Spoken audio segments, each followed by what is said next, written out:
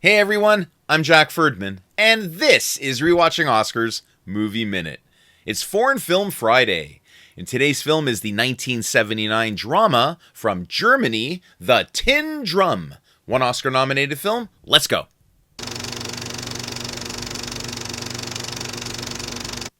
Now, The Tin Drum was directed by Volker Schlondorf and stars David Bennett, Angela Winkler, Mario Adorf, and David Olbichyski.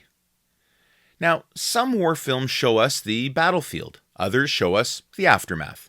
And then there are films like The Tin Drum, which take a completely different path, one that's strange, surreal, and undeniably original.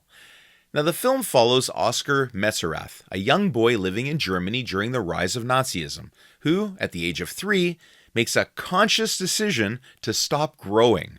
Armed with his tin drum and a piercing scream that can shatter glass, Oskar observes, and in his own way, protests the increasingly disturbing world unfolding around him.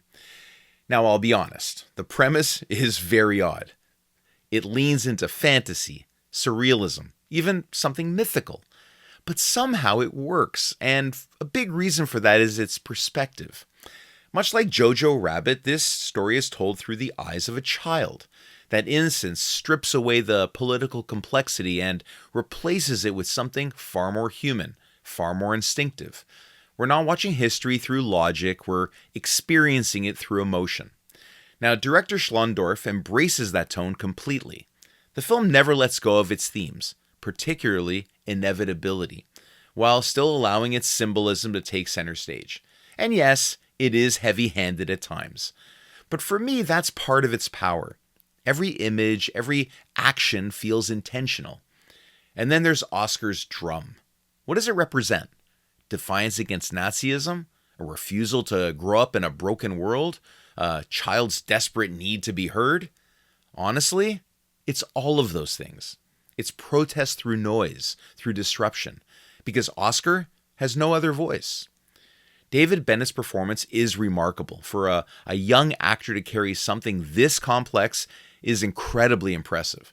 Some moments are unforgettable. The deliberate fall down the stairs, the haunting musical sequence where emotion overtakes an entire room, and yes, that eel eating scene, which is as difficult to watch as anything I've seen in a while. I know some critics, including the famous Roger Ebert, took issue with the film when viewing it more literally. But I think The Tin Drum demands a symbolic reading. It's not meant to be taken at face value. It's meant to be felt, interpreted, and even questioned. It's not an easy film to watch, and it's certainly not for everyone. But for me, it works. I'm giving The Tin Drum an A-. Now, The Tin Drum was nominated for just one Academy Award, and that was for Best Foreign Language Film, and it won.